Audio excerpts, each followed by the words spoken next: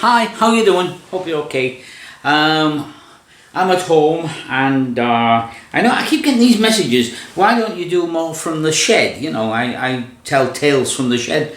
Well, the answer's simple. It's very cold out there. Sun is shining today, and because this isn't a professional video, I don't make lighting and all that jazz.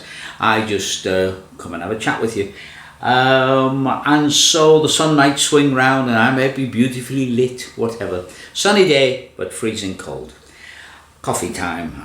The phone might ring, housekeeper might drift through, whatever. I got a goodly question, started me thinking, started me reminiscing. And it was a question from somebody who said, what's the oddest thing that's ever happened to you on stage? Hey, if you saw my act every night, it's a little bit different, it varies, because although I have a route that I'm going to hopefully work my way through, I don't have set patter. I never know what the people are going to say or whatever. But a long time ago, my children, I was the warm-up act for a great singer called Val Dunican.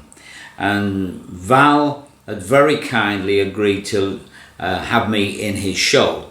In those days, all the guest artists in a variety bill were approved by the star, and Val was the star, big time. And so I used to do what I used to call the ice cream act, which is straight after the interval, when they're all still finishing their ice creams, you go on and warm them up. And I had to do 12 minutes and get offed. And again, that was very strict. You had to keep to time, and if you didn't keep to time, I mean, you got to rock it. They played hell with you. But this night was in Manchester, my first big theatre, I think the Opera House, Manchester.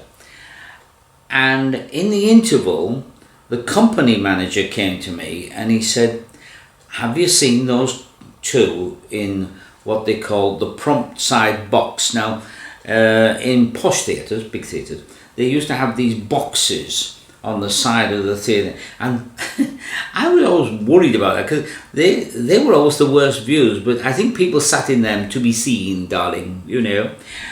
And I said, no, I haven't been on yet. I used to do a couple of minutes with Val at the beginning, but then my job was after the interval. He says, I don't know. He says, there's some funny noises coming from there.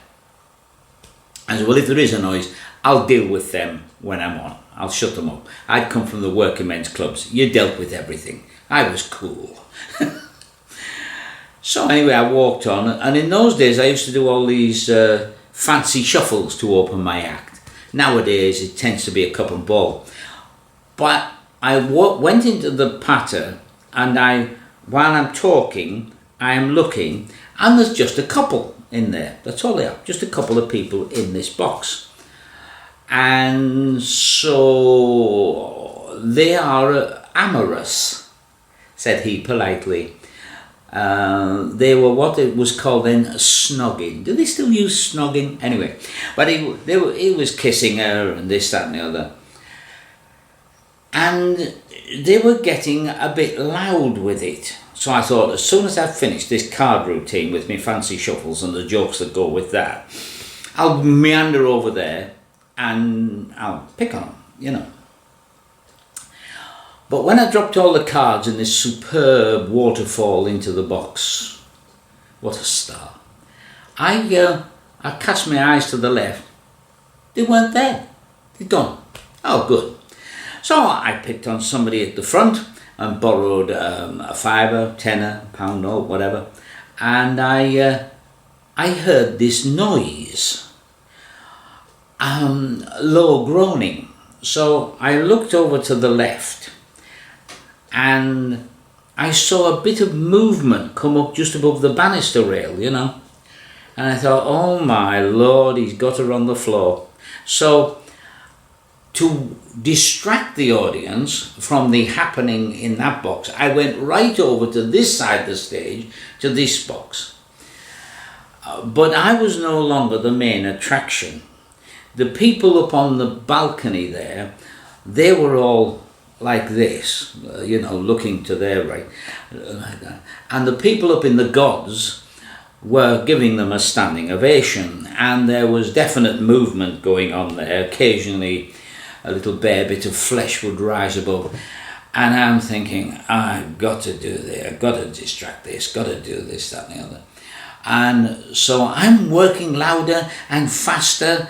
I glance to the wing, and the rest of the cast are all there killing themselves laughing at the poor conjurer stuck with this problem. And I've had to go back to the middle of the stage. And as I'm going back to the middle of the stage, all I hear is, "Oh!" So I said, "What's that, Punch and Judy?"